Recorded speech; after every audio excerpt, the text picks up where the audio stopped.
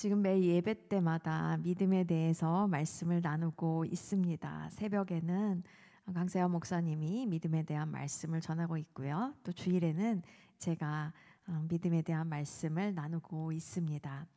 그리스도인에게 믿음은 너무나 중요합니다. 왜냐하면 우리가 믿을 때, 회개하고 믿을 때 구원을 받기 때문입니다. 그리고 우리가 믿을 때 우리가 갖고 있었던 그 죽었던 영혼이 살아나기 때문입니다. 뿐만 아니라 우리가 믿을 때 영적인 삶이 시작됩니다. 구원받은 이후에도 우리가 그리스도 예수 안에서 산다는 것은 바로 믿음으로 사는 것을 의미합니다. 믿음으로 사는 다양한 모습이 바로 성경에 기록되어 있습니다. 그래서 우리에게 교훈도 주고 믿음이란 무엇인가, 믿음으로 사는 삶이란 무엇인가에 대한 모델을 제시해 주기도 합니다. 히브리서 6장 1, 2절에는 신앙생활의 기초에 대해서 말씀합니다. 그 기초는 죽은 행실을 회개함과 하나님께 대한 신앙과 세례들과 안수와 죽은 자의 부활과 심판입니다. 영원한 심판이지요. 회개, 신앙, 세례들, 안수, 부활, 심판, 이런 진리들을 잘 알고 우리가 그것에 대한 진리를 확신해야 하겠습니다. 건물이 높이 세워지기 위해서는 기초가 튼튼해야 합니다. 그것처럼 우리가 말씀의 기초가 튼튼할 때, 특별히 아까 말씀드린 그런 신앙의 기초에 해당하는 그런 말씀의 기초가 튼튼할 때 우리가 신앙의 성장을 이룰 수 있을 것입니다. 이 믿음이 기초 중에 하나인 것이죠. 그래서 우리는 계속해서 믿음에 대한 말씀을 읽고 있고 보고 있고 듣고 있는 것입니다. 믿음이 무엇인지, 또 우리가 무엇을 믿고 있는지, 누구를 믿고 있는지 우리는 확실히 알 필요가 있습니다. 믿음에 대한 말씀을 듣다 보니까 어떠하십니까? 믿음은 들음에서 나며 들음은 그리스도의 말씀으로 말미암았느니라 라는 로마서 10장 17절 말씀처럼 정말로 믿음이 생기고 있으십니까? 하나님의 말씀을 들으면 들을수록 믿음이 성장하고 있으신지요? 틀림없이 믿음이 자라고 있는 영역이 있으실 것입니다. 또 한편으로는 나는 믿음이 없는 것 같습니다 라고 이렇게 깨닫게 되면서 괴로운 마음이 듭니다. 저는 언제 믿음의 사람이 됩니까? 라는 고민이 생기기도 하고요. 믿으려고 하는데 잘 믿어지지 않습니다. 이렇게 고백하는 분이 있을 수도 있습니다. 그런데 너무 어려운 마음을 가지지 않기를 원합니다. 왜냐하면 하나님께서 우리에게 말씀을 주시고 또 우리의 믿음을 키워주시기 때문입니다. 우리에게 말씀을 주시면서 우리의 믿음을 키워주시는 분이 바로 천지를 지으시고 죽은 자를 살리시고 또 우리의 아버지 되시는 하나님이십니다. 오늘 우리가 읽은 말씀에 등장하는 인물은 사라입니다. 이 사라는 지난주에 말씀을 나누었던 아브라함의 부인입니다. 히브리서 11장은 믿음장이라고 알려져 있죠. 이 믿음장에는 믿음의 선진들이 이렇게 목록이 기록되어 있습니다. 근데 특이하게 아브라함과 사라는 부부 두 사람의 이름이 다 적혀 있습니다. 오늘 읽은 말씀은 믿음으로 사라 자신도 나이가 많아 단산하였으나 잉태할 수 있는 힘을 얻었으니 이는 약속하신 일을 미쁘신 줄 알았음이니이다 이렇게 말씀합니다. 사라는요 나이 90세 때 믿음으로 아기를 낳는 기적을 체험했습니다. 정말로 놀라운 믿음의 소유자가 아닐 수 없습니다. 이 사라의 남편 아브라함은 말해서 무엇하겠습니까? 얼마나 놀라운 믿음의 사람인지 히브리서 11장 이 믿음장에 아브라함에 대한 이야기가 길게 적혀 있습니다. 그럼 이 아브라함과 사라는 하나님의 부르심을 받아가지고 고향과 친척과 아버지 집을 떠날 바로 그때부터 계속해서 쭉 끝까지 믿음의 사람이었을까요? 창세기를 보면 아브라함과 사라의 시작은 정말 좋았습니다. 그들은 믿음으로 하나님께서 보여주시는 땅으로 나아갔습니다. 사라는 하나님의 말씀을 직접 들은 것은 아니었어요. 그렇지만 남편 아브라함을 따라서 함께 이동했습니다. 아브라함은 하나님께 가나안 땅도 받겠다고, 그리고 자손이 많게 될 거라는 약속을 받았지요. 그렇지만 아이가 없었습니다. 이렇게 처음으로 약속의 말씀을 받았을 때는 75세였어요. 그런데도 아이가 없었던 거죠. 그리고 나서 또 다시 약속의 말씀을 받았을 때는 75세가 훌쩍 지난 나이였습니다. 그래서 종을 상속자로 삼아서 가문을 이어야 하는지 하나님께 질문했어요. 이 하나님께서는 아브라함에게서 난 사람이 바로 상속자가 될 거라고 말씀하는 거죠. 아브라함은 하나님을 믿었습니다. 그래서 그 믿음을 보시고 하나님께서는 아브라함이 의롭다고 이렇게 여겨주셨어요. 하나님께서는 그 자신이 우리에게 말씀을 주시면서 우리의 믿음을 키워주십니다. 아브라함은 하나님께서 말씀하셨으니까 아이를 낳을 것이고 또 하나님의 말씀처럼 자손이 많아질 것을 믿었어요. 그런데 아브라함의 아내 사라는 어땠을까요? 말씀을 들은 게 없는 거예요. 말씀을 듣지 못했고 직접 듣지 못했고 전해 들었는데 믿기가 어려웠던 거예요. 그리고 말씀하신 하나님도 만난 적이 없으니까 믿지를 못했습니다. 우리나라도 몇십 년 전까지만 해도 아들을 낳는 것이 매우 중요했습니다. 근데 고대 사회에서는요, 아들을 낳는 것이 정말 너무너무 중요했습니다. 왜냐하면 여성의 노후가 아들에게 달려 있었기 때문입니다. 그래서 아들을 낳지 못하는 사람은, 또 자녀를 낳지 못하는 사람은 저주받은 거라고 여겨졌어요. 지금 사라의 남편 아브라함은 우리에겐 아이가 있을 것입니다. 그 아이를 통해서 자손이 많아질 겁니다. 이렇게 말을 해요. 근데 사라의 나이는 벌써 75이에요. 아브라함의 나이는 85이에요. 아기를 낳는 것은 불가능한 일이었습니다. 사라는 아이가 너무너무 갖고 싶었던 거죠. 그래서 자기 꾀를 냅니다. 자기 종 하갈을 이용해서 아브라함의 아들을 낳기로 결심한 거예요. 이 고대 사회에서는 그러한 방식으로 종이 아이를 낳으면 여자 주인의 아기로 만들 수가 있었던 거예요. 이 하갈은 아이를 낳습니다. 사라의 계획대로 된 거죠. 사라는 자기 방식대로, 자기 계획대로 하나님의 뜻을 이루려 했습니다. 그런데 이 하갈에게서 태어난 아이는 하나님께서 원하시는 것은 아니었어요. 그런 방식으로 아브라함의 자손이 이어지는 것을 하나님은 원하시지 않았던 거예요. 그래서 결국 이 아이는 아브라함과 하갈의 아이라고 이스마엘이죠. 이렇게 성경에 기록돼요. 사라가 원하는 대로 되지 않았습니다. 그리고 아브라함은 처음에는 믿어서 하나님께 의롭다고 칭함을 받았지만, 의롭다고 여김을 받았지만 아브라함 믿음에 흔들렸던 거예요. 그리고 아브라함과 사라가 하나님의 뜻에서 벗어나게 된 것이죠. 하나님은 10년 이상을 아브라함에게 침묵하셨습니다. 그리고 아브라함이 99세가 되었을 때 다시 한번 아브라함을 찾아오십니다. 이때는요, 오셔서 이름을 바꿔주십니다. 원래는 아브람이었어요. 그런데 아브라함으로 바꿔주십니다. 그리고 원래는 사레였어요. 이 사레는 공주님이라는 뜻이래요. 그러니까 불릴 때 공주님 이렇게 불렸던 거죠. 그런데 사라로 바꿔주셨습니다. 이 사라의 뜻은 여러 민족의 어머니입니다. 아브라함은 여러 민족의 아버지이죠. 지금 아이가 한 명도 없는데 여러 민족의 아버지, 여러 민족의 어머니가 된 거예요.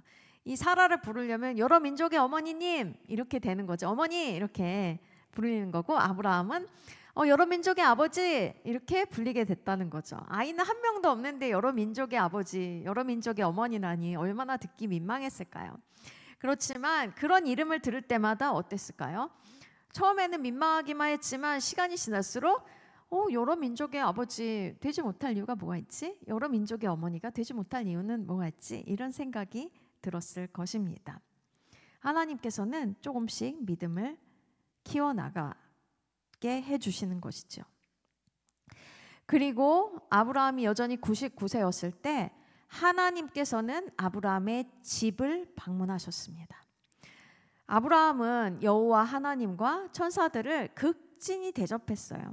근데 여호와께서 말씀하시기를 내년 이맘때 내가 다시 돌아올 건데 그때는 사라가 아기를 갖고 있을 거다. 아기를 낳았을 것이다. 이렇게 말씀하십니다.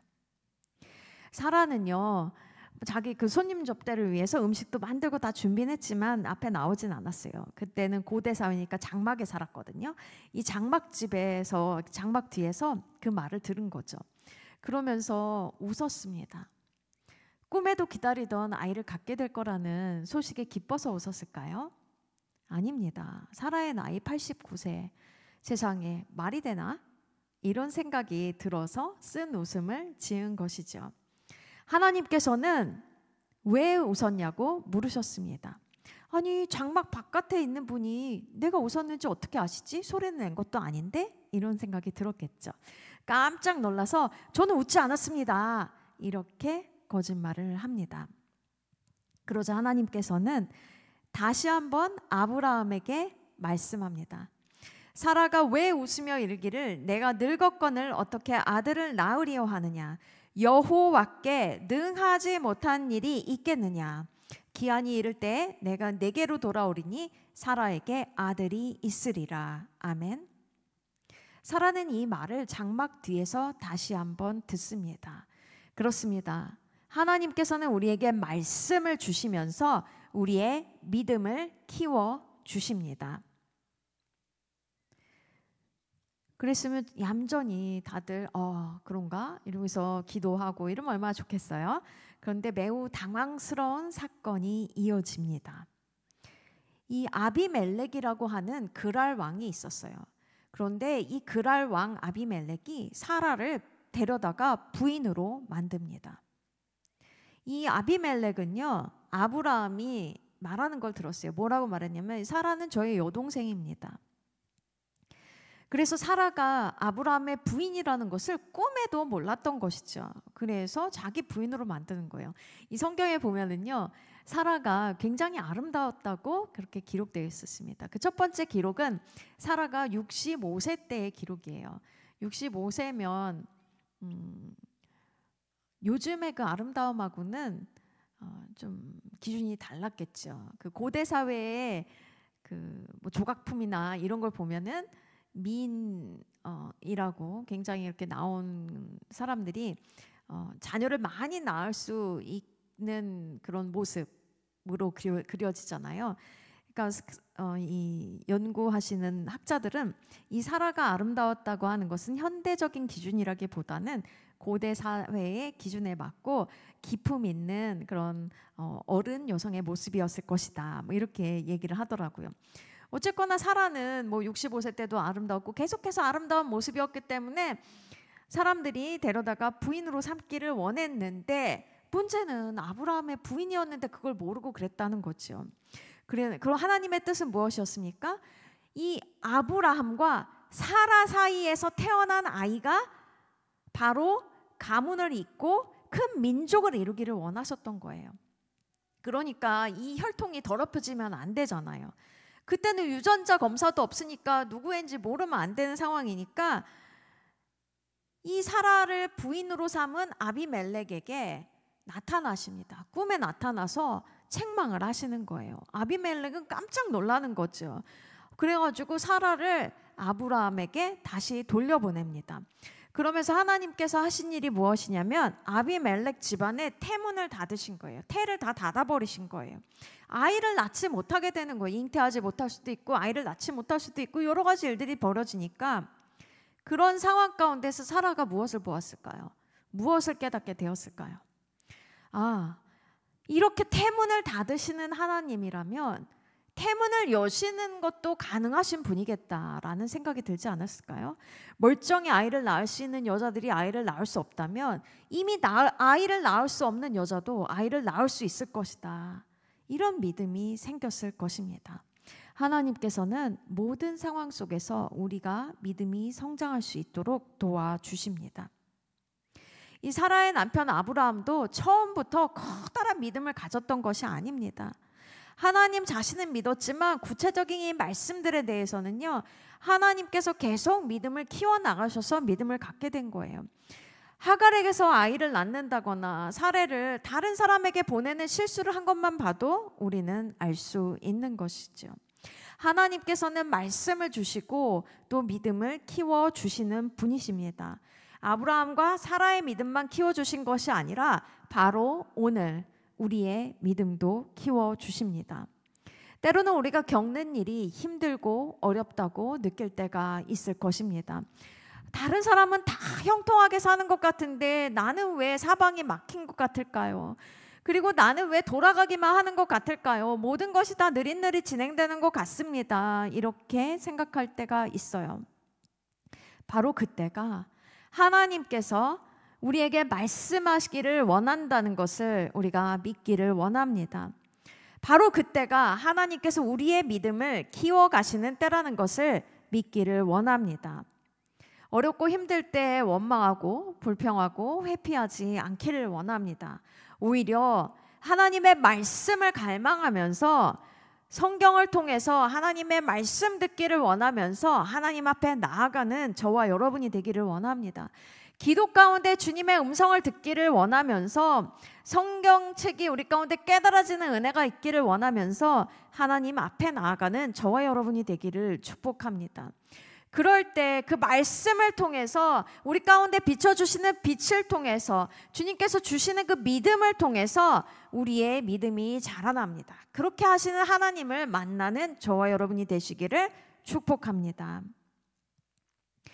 우리가 사라의 이야기에서 기억해야 될 두 번째가 있습니다. 그것은 하나님께서는 우리의 좋은 점만 기억하신다는 것입니다.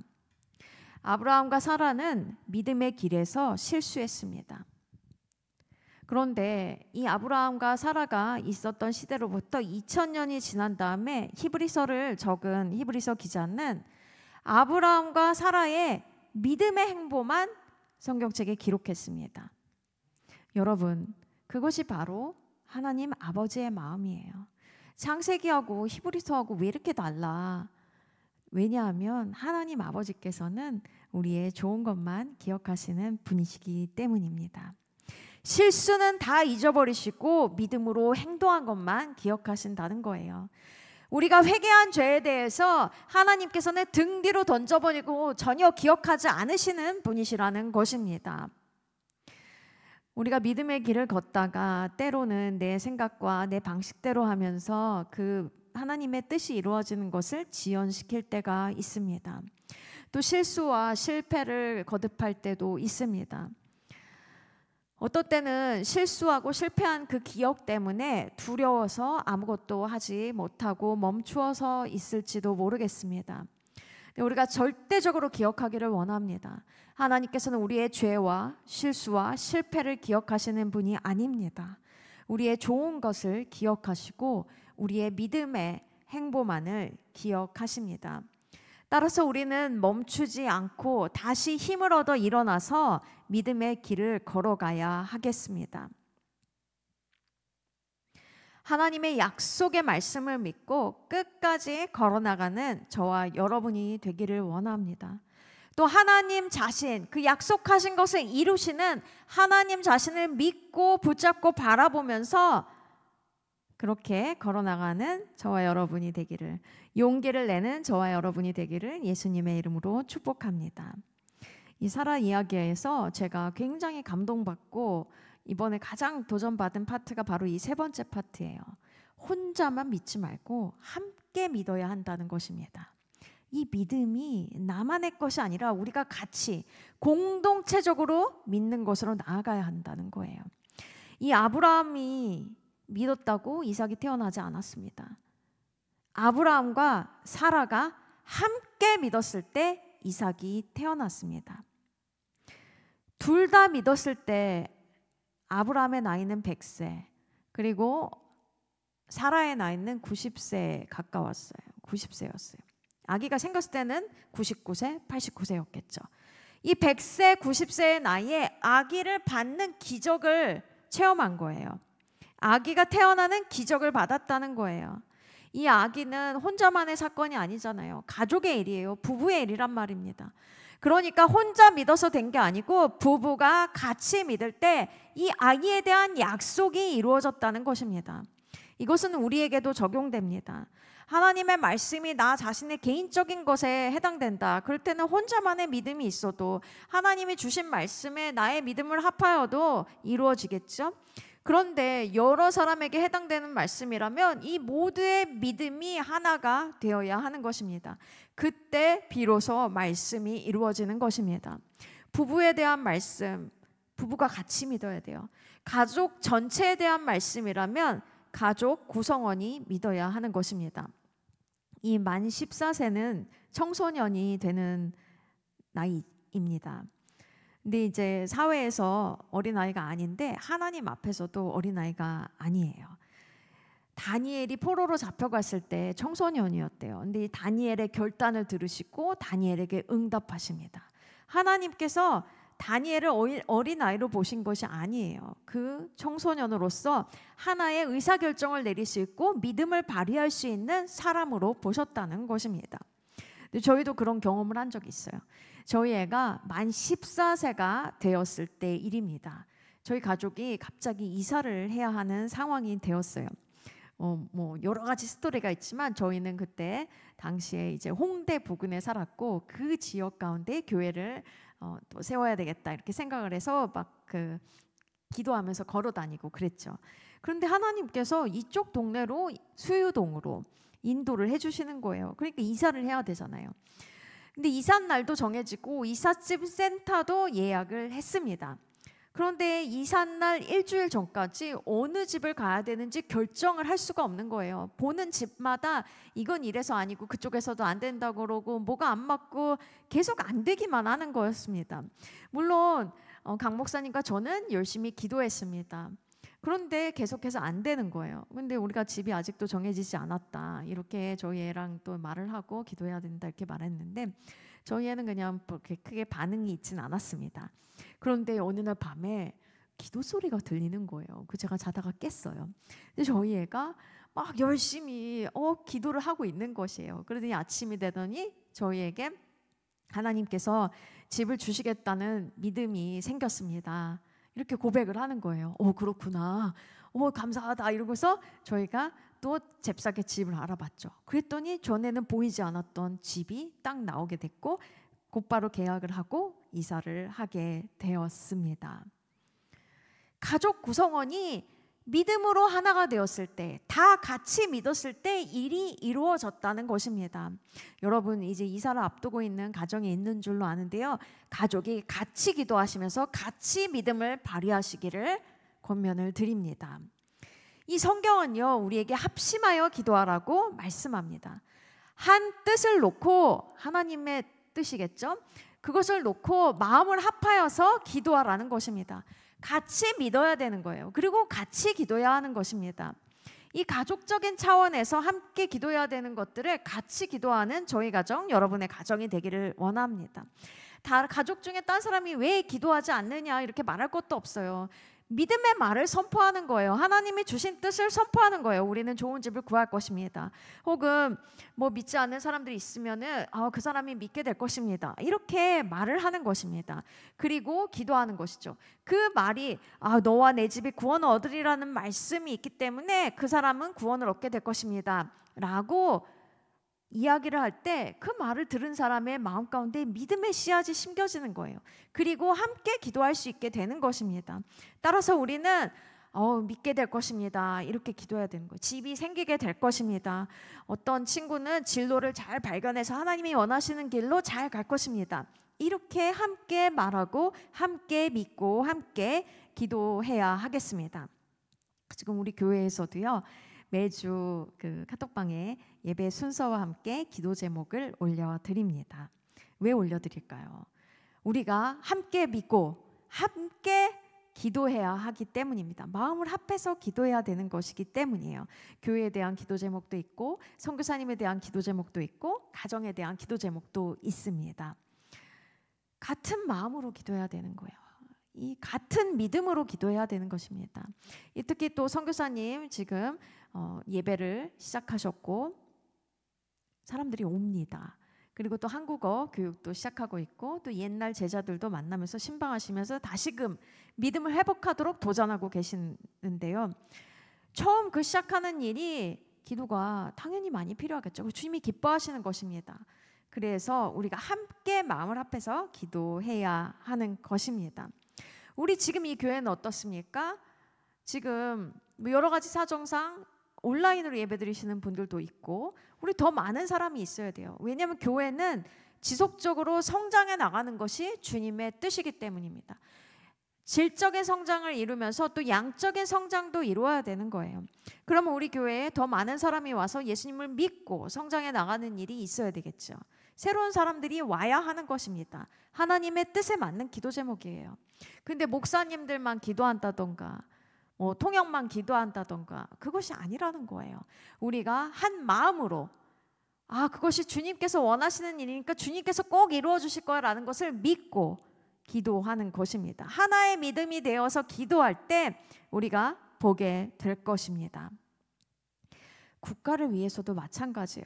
왜 이렇게 우리나라를 위해서 기도하는 것이 응답이 더딥니까? 우리가 한 마음이 되어서 하나의 믿음으로 더 기도해야 되기 때문이에요. 북한의 문이 왜 열리지 않습니까? 우리가 한 마음으로 하나의 믿음을 가지고 더 기도해야 되는 거예요. 누구는 통일되지 않으면 좋겠어요. 북한 그냥 그렇게 살라고 해요. 누구는 이렇고 기도는 막 통일 안 되면 좋겠어요 이렇게 기도하고, 누구는 통일되게 해주세요. 북한에 있는 수많은 사람들이 자유를 얻어서 예수님을 믿을 그런 권리가 생길 수 있게 도와주세요 이렇게 기도하면 안 된다는 거예요. 한 마음으로 정말 북한의 문이 열려서 그곳에 앞서받는 사람들이 예수님을 믿을 수 있는 기회가 생길 수 있도록 도와달라고 그렇게 다 같이 기도해야 되는 것입니다. 지금 우리가 국가적으로 꼭 기도해야 되는 내용이 있습니다. 교회가 나서서 기도해야 되는 내용은 포괄적 차별금지법이 통과되지 않도록 하는 것입니다. 지금 수년째 기도해 오고 있어요. 근데 어떤 사람들은 뭐 그런 걸 기도해 이러고, 또 어떤 그리스도인들은 저는 포괄적 차별금지법에 대해서 찬성합니다 이렇게 말하는 사람도 있어요. 그런데 포괄적 차별금지법이 통과됐을 때 그 이유를 생각해 볼 때 교회에 결코 유리한 것이 하나도 없습니다. 우리가 동성애자들을 주님의 사랑으로 사랑하고 그들이 회복되기를 위해서 기도하고 애써야 되는 면이 있습니다. 그들을 배척하고 미워할 필요는 없어요. 그러나 동성애는 틀림없이 하나님께서 가증히 여기시는 죄입니다. 그리고 그것에 대해서 우리가 말을 해줄 수 있어요. 왜냐하면 사랑은 사랑 안에서 진리를 말하는 것이기 때문입니다. 진리를 말할 수 있어야 되는 거예요. 그렇다고 해서 미워할 필요는 없죠. 그러나 그들이 회복될 수 있기 위해서는 죄가 죄라는 것을 명확히 말해줘야 합니다. 그런데 포괄적 차별금지법이 통과됐을 경우에는 동성애가 죄라는 것을 말을 할 수가 없습니다. 진리를 말할 수 없어요. 어둠 가운데 그냥 두는 거예요. 뭐 그런 상태에서 사랑으로 행한다고, 잘 대해준다고 무조건 다 풀려나고 회복되는 것이 아닐 수 있다는 것입니다. 따라서 우리가 이 포괄적 차별금지법이 통과되지 않도록 그리스도인들은, 교회는 함께 하나의 믿음으로 하나의 마음으로 합심하여 기도해야 하는 것입니다. 그것이 우리가 10월 27일에 광화문에 나가서 다른 교회들과 함께 연합해서 주님을 예배하고 기도하는 이유입니다. 몸만 가는 것이 아니라 믿어야 되는 거예요. 하나님이 우리가 그 기도하는 것을, 우리가 포괄적 차별금지법이 통과되지 않도록 하는 것에 대해서 하나님이 기뻐하신다는 것을 믿고 함께 기도해야 할 줄로 믿습니다. 우리가 함께 믿고 함께 기도하는 것들이 이 땅에 현실로 나타나게 되는 것을 경험하게 되기를 원합니다. 여러분, 우리 자신의 믿음 없음에 대해서 한탄하지 않기를 원합니다. 오히려 하나님께서 말씀을 주시고 우리의 믿음을 키워주신 분임을 믿기를 원합니다. 하나님 자신에게 신뢰를 두고 우리가 하나님께서 말씀 주시기를 기대하면서 하나님 앞으로 나아갈 수 있기를 원합니다. 우리가 실패하고 죄를 짓고 실수했습니까? 믿음의 여정에서 탈선했습니까? 그래서 좌절하고 있습니까? 낙망하고 있습니까? 우리가 회개한 것들에 대해서 하나님께서 결코 기억하지 않으십니다. 주님은 우리의 좋은 것만 기억하십니다. 그 주님을 믿고 다시 한번 용기를 내는 저와 여러분이 되기를 원합니다. 그리고 우리에게 필요한 여러 가지들에서 마음을 합하고 믿음으로, 하나의 믿음으로 믿음을 합하여 함께 기도할 수 있기를 원합니다. 그래서 하나님께서 우리의 삶 가운데서 이루기를 원하시는 모든 아름다운 일들이 다 주님의 뜻이 이루어지는 것을 함께 믿음으로 보는, 실제로 그것들이 이 땅 가운데 이루어지는 것들을 보는 저와 여러분이 되기를 예수님의 이름으로 축복합니다.